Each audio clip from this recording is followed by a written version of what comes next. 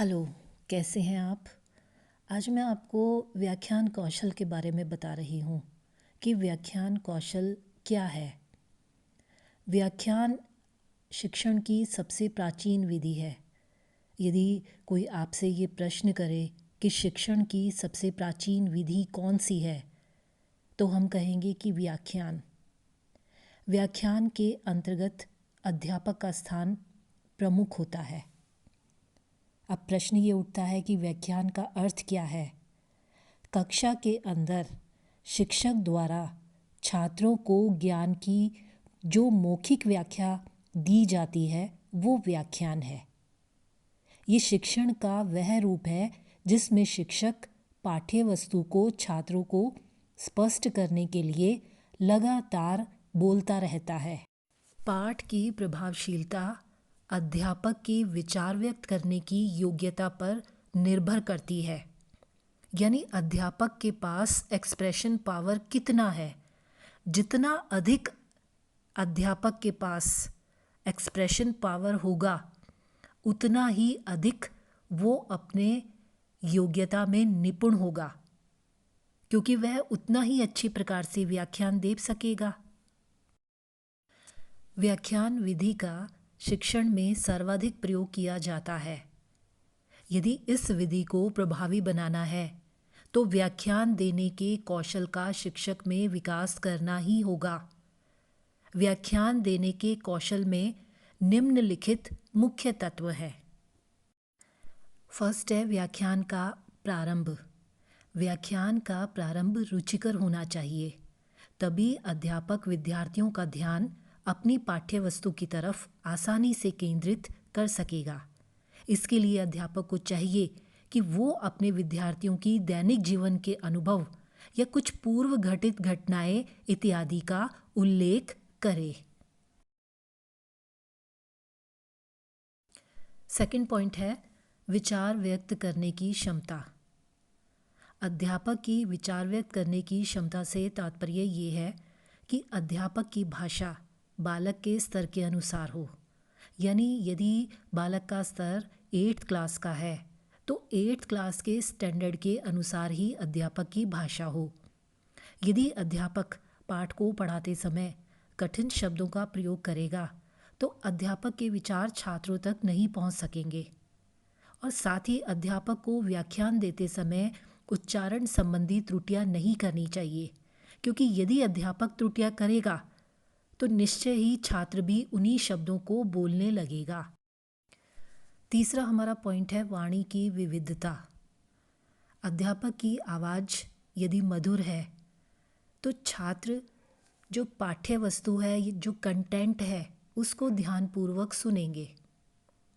और यदि आवाज़ धीमी है या तेज है तो ऐसी आवाज़ को स्टूडेंट इग्नोर करेगा, क्योंकि धीमी आवाज़ सुनाई नहीं देगी और तेज आवाज़ कानों को चुभेगी। तो ऐसी आवाज़ व्याख्यान देने के कौशल को अप्रभावी बनाती है। अध्यापक यदि कक्षा में पढ़ाते समय पाठ के अनुसार वाणी में उतार चढ़ाव लाता है तो इस प्रकार का व्याख्यान अधिक प्रभावी होता है। यानी जैसा पाठ है तो पाठ के भाव के अनुसार वाणी में उतार चढ़ाव होना ही चाहिए। फोर्थ पॉइंट है पाठ की गति। पाठ की गति से तात्पर्य ये है पाठ्य वस्तु के प्रस्तुतिकरण की गति से। यदि बहुत तेज गति से विद्यार्थियों को पढ़ाया जा रहा है तो विद्यार्थी उसे कम ग्रहण करेंगे, क्योंकि कक्षा में व्यक्तिगत विभिन्नता होती है। सभी के सीखने की गति एक जैसी नहीं होती। यानी क्लास के अंदर इंडिविजुअल डिफरेंसेस होते हैं। कुछ बच्चे जल्दी सीख जाते हैं, कुछ धीमी गति से सीखते हैं और कुछ औसत गति से सीखते हैं। अतः व्याख्यान देते समय छात्रों की सीखने की गति से पाठ्य वस्तु का प्रस्तुतिकरण करना चाहिए। फिफ्थ पॉइंट है अंतःक्रिया में परिवर्तन। व्याख्यान देते समय यदि अध्यापक स्वयं ही बोलता रहता है तो विद्यार्थी अपनी समस्याओं को पूछ नहीं पाएगा और इससे व्याख्यान एक तरफा हो जाएगा। जिसमें अध्यापक तो सक्रिय है लेकिन विद्यार्थी निष्क्रिय है। यानी क्लास के अंदर सिर्फ वक्ता है और स्टूडेंट एक श्रोता की तरह से है, वो सिर्फ सुनने का काम कर रहे हैं। व्याख्यान के लिए ये बहुत ज़रूरी है कि वह समय समय पर अपने विद्यार्थियों से प्रश्न को पूछे ताकि विषय वस्तु को और अधिक स्पष्ट किया जा सके। 6 हमारा पॉइंट है व्याख्यान का समापन। व्याख्यान का समापन करने के लिए अध्यापक अपने व्याख्यान को अचानक से बंद नहीं कर दे।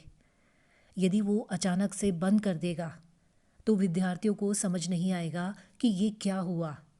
अतः जब अध्यापक को ये लगे कि अब उसका व्याख्यान समाप्ति की ओर है तो जो कुछ पूरे व्याख्यान में स्पष्ट किया है वो उसे संक्षेप में बताए। लास्ट में हम सारांश की बात करेंगे कि माध्यमिक स्तर पर व्याख्यान विधि को पढ़ाए जाने का सामान्यतः विरोध किया जाता है। इसका कारण है इसका नीरस उपयोग। स्टूडेंट श्रोता है और टीचर वक्ता है। बस कक्षा के अंदर टीचर बोलने का काम कर रहा है, किसी भी प्रकार का कोई इंटरेक्शन नहीं है, कोई अंत्यक्रिया नहीं है। यदि व्याख्यान विधि में टीचर पढ़ाते समय तथ्यों का, सिद्धांतों का और अन्य संबंधित प्रत्ययों की व्याख्या रोचक ढंग से करता है तो वो अपने शिक्षण को प्रभावी बना सकता है। Thank you.